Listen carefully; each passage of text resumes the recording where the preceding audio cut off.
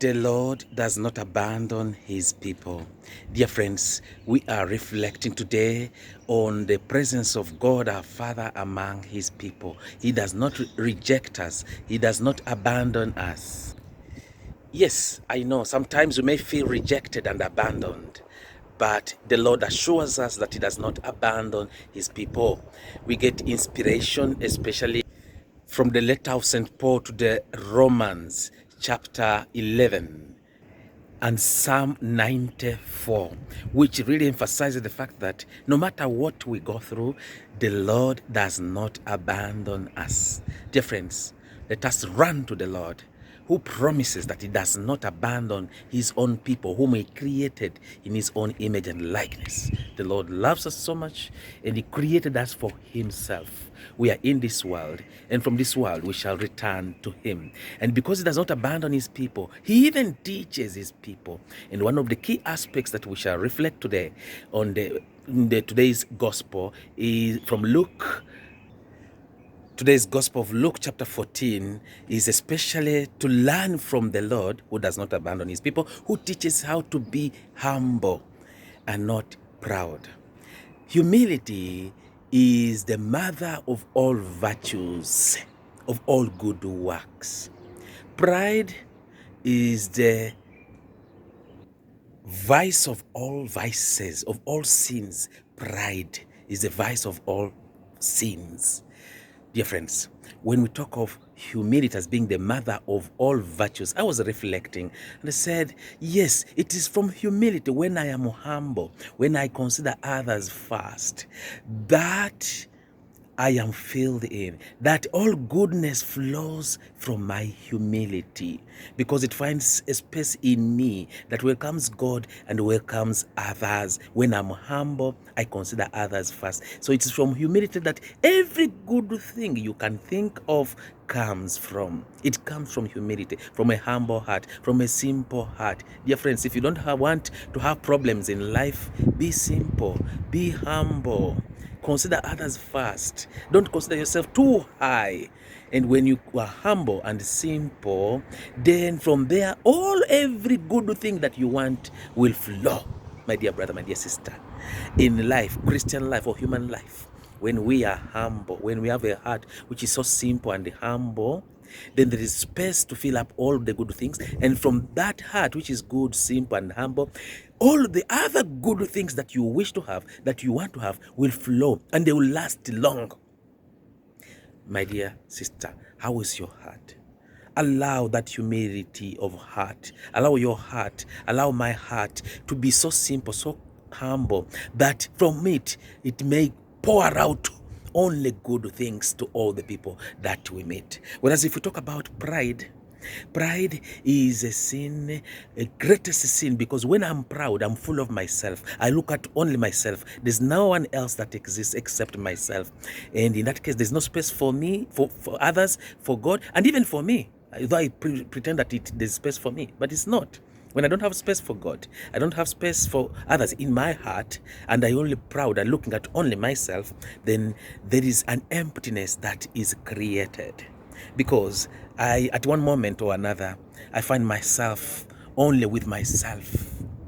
And pride is the greatest sin, because when I'm full of myself, then I can do anything to anyone, anywhere, and I'm not moved at all. Or anything can happen to anyone, anywhere, and I'm not moved at all, because I only look at myself. That's the danger of pride. How is your heart? How is my heart? Is it proud, full of myself, only looking at myself and my good things, instead of looking at others and considering others first? That is the best gift we can give to others, is to embrace the gift of humility and kick off and keep away from the sin of pride. Because when we embrace the sin of pride, we have no space for God, for others, and even for ourselves. And in that case, life becomes meaningless and useless. Whereas when we embrace the virtue of humility, then every good things, like the way Mother generates life, everything good thing will flow from our humble heart, humility, and it will pour out to others, and it will even multiply. It will multiply every good things. Dear brothers and sisters, in life we are called to be people who pour out only good things. But those good things will come out when we cultivate, when we learn from the Lord who does not abandon his people, who teaches the way to humility. When Jesus, though he was in the form of God, he did not count equality with God. He did not cling to God, a thing to be grasped. He said, I am God, so I can do anything I want. And of course he would have done that. And he did many great things. But he emptied himself, taking a form of a servant, actually taking a form of a slave. That humble job, that simple job, in order to show us the way, he emptied himself. He did not consider himself as God. He took our human form. Though he was God and he remains God, he took our human form to show us the way that of being down. He emptied himself, taking a form of servant, to show us the way of being humble servants. And because of that, God elevated him. He uplifted him. Because he humbled himself, God uplifted him. Dear friends, when we humble ourselves, God lifts us up more than we can imagine. When we humble ourselves, really humbling ourselves, even others lift us up. But we humble ourselves not because we want God to lift us up or others to lift us up, but because we really truly want to serve others with humility and simplicity. In today's Gospel of Luke, chapter 14, Jesus comes to visit the house of one of the lawgivers, of one of the leaders of the synagogue, the Jewish leaders. He visits the house, and these days he has been visiting the houses to show that for him, Jesus' coming has no partiality. It goes with the Jewish leaders, his work goes even to the Gentiles, it goes to the believers, non-believers, to those who are of this color or the other color. He does not differentiate, and that's what he teaches us, that we are to embrace everyone. And he goes to this house of this Jewish leader. On a Shabbat like today, I can say actually Shabbat Shalom, meaning the peace on this Shabbat, the freedom on this Shabbat, the liberation on this Shabbat is my wish for you on this day and all our other days. So he goes on a Shabbat like today here in Israel, in Egypt, here in Israel, where our brothers and sisters, the Jews, are celebrating their silence and prayer. He goes on a Shabbat and is invited because as a teacher, having taught, he was always invited to, any teacher is always invited to others to dine. And one of the best things you can do to any person is to invite him for a meal. And so Jesus is invited after teaching the way of how the Lord does not abandon his people. He's invited to the house of this Jewish leader. And then we see that many times he has been invited these days, and he goes for a feast to celebrate with them, to be with others. Dear friends, how do we welcome others? Of course, we see this Jewish family welcomes him, but with which intention? Others around were looking and watching so that they can look for ways to catch him, look for small things to catch him, to capture him with his words. Sometimes we too also spend our energy on looking for small things to capture others. We think we are inviting them, but our intention is to pull them down or to catch them down and to press them and to humiliate them. But Jesus is there, others are watching at him and seeing what he will say and what he will do. But Jesus is also watching, and one of the things he sees is that people are taking the places of honor, of high class, of the best places in the home, and then he uses that opportunity to give a lesson. Yes, do we also use every opportunity to teach others, to encourage each other? Jesus uses that opportunity to teach a lesson and says, yes, when you are invited at home or for any celebration, take the last place. To avoid humiliation, take the last place. And so that the one who invited you, if he sees you and he sees you are honored and you have to take the first place, he will come and pick you up and take you to the place where you are supposed to be in front. Take the last place. And when you are invited and you take the front space, you may realize that the one who invited you has even better people of high dignity that he needs, and then you will be humiliated when they see you moving from your place in front, going behind, when they are chasing you away from the first place. Now, what does the Lord here need to say? He says, our attitude is the attitude of the heart. And actually the gospel concludes when it says that whoever humbles himself will be exalted, and whoever exalts himself will be humbled. When you feel high, too high, you'll be brought low. And when you are low and you know your place, then you'll be lifted up at the right time. My dear brother, my dear sister, know your place. Yes, we know that we are created for great things, and we are created in the image and likeness of God, and thanks be to God. We are of a high dignity before God, but each human being is of a high dignity. But that doesn't mean we should put down others, for sure not. So we know we have high dignity, but also we know our place. We should know our limitations, that God is God and we are humans, and we have brothers around us who are also created in the image and likeness of God, who need to be treated very well. So know your place. Even if you think you know much, or you are full, you have a lot of strength, know yourself and take the last place. Now, when I say take the last place, I don't mean everyone in the church, for example, should be at the back, then who'll be in front. It just simply means that know your place. Be humble. Consider others first. Serve others with humility. That's what it means to take the last place.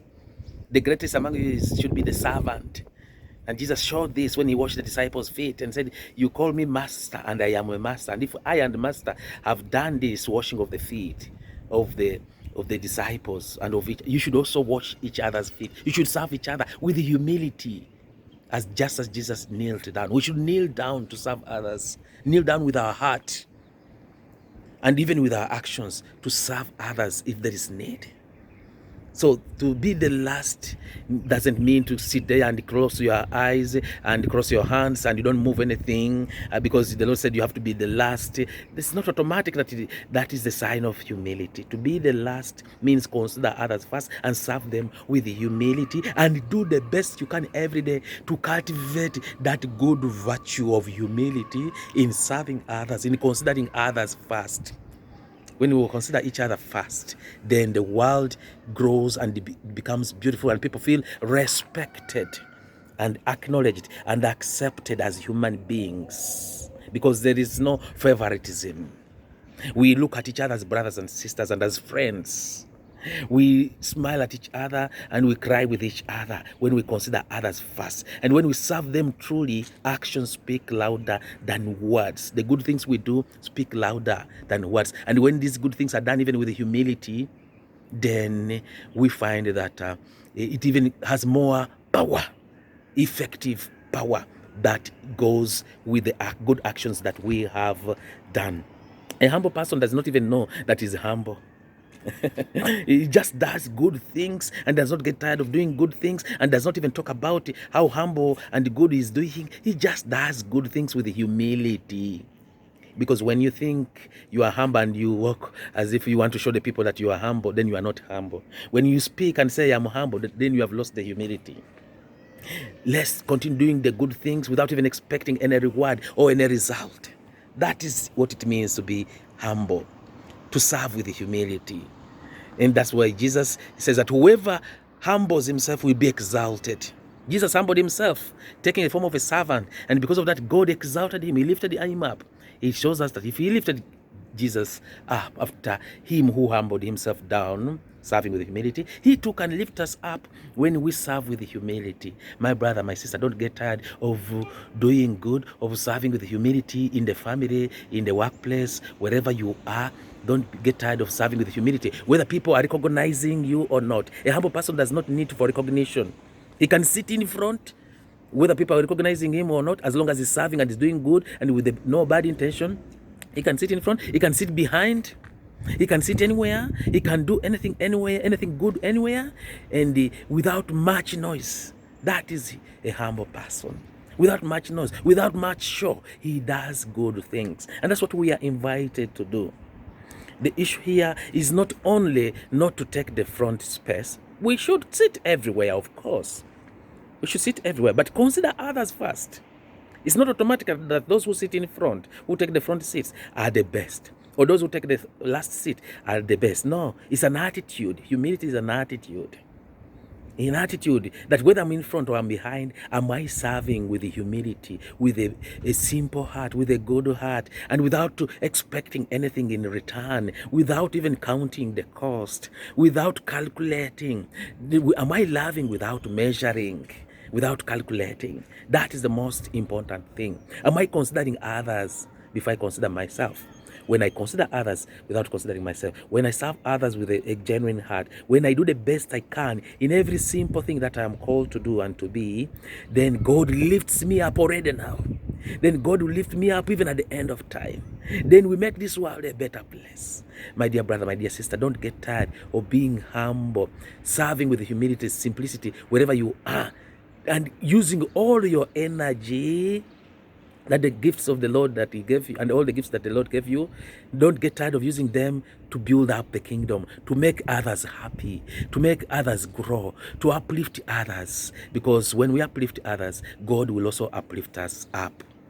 God bless you, dear friends, as we greet you from Jerusalem in this Shabbat, which is quite silent, the Shabbat, and we say Shabbat, Shalom, and God bless you from Jerusalem once again, to you and your families, praying that we may be humble, because humility is the mother of virtues. Meaning, mother is from where it generates, it gives life. So from the humility, we have life. From humility, we have all good things you can think of. Let's be humble so that we can have all the good things that we need and share these good things with our brothers and sisters. This is the best gift we can give to others, to share all the good things. And many times these good things may start small, but the more we share them, the more they multiply and do good to others. May we be part of those who multiply and do good to others always and everywhere. Amen.